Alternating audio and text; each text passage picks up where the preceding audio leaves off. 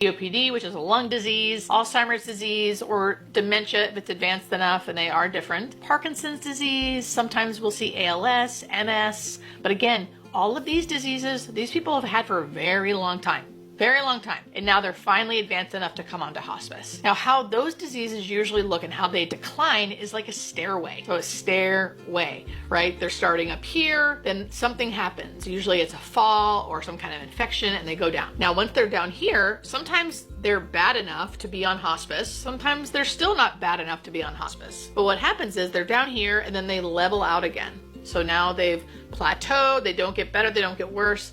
And then this can go on for months, sometimes years, and then something happens again. Again, usually a fall or some kind of infection. They go down again. Now they're down here. So now they were up here maybe 5 years ago.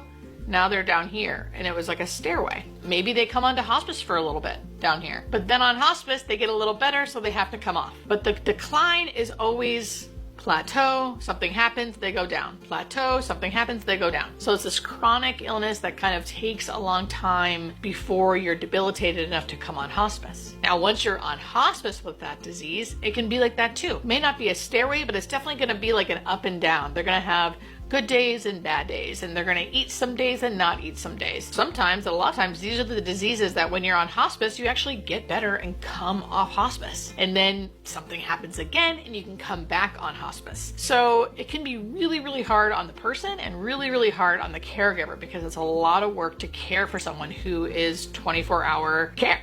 And most people with these diseases, once they're advanced enough, it is 24-hour care. Now, the person who is coming onto hospice with some kind of usual cancer diagnosis or something that's acutely happening,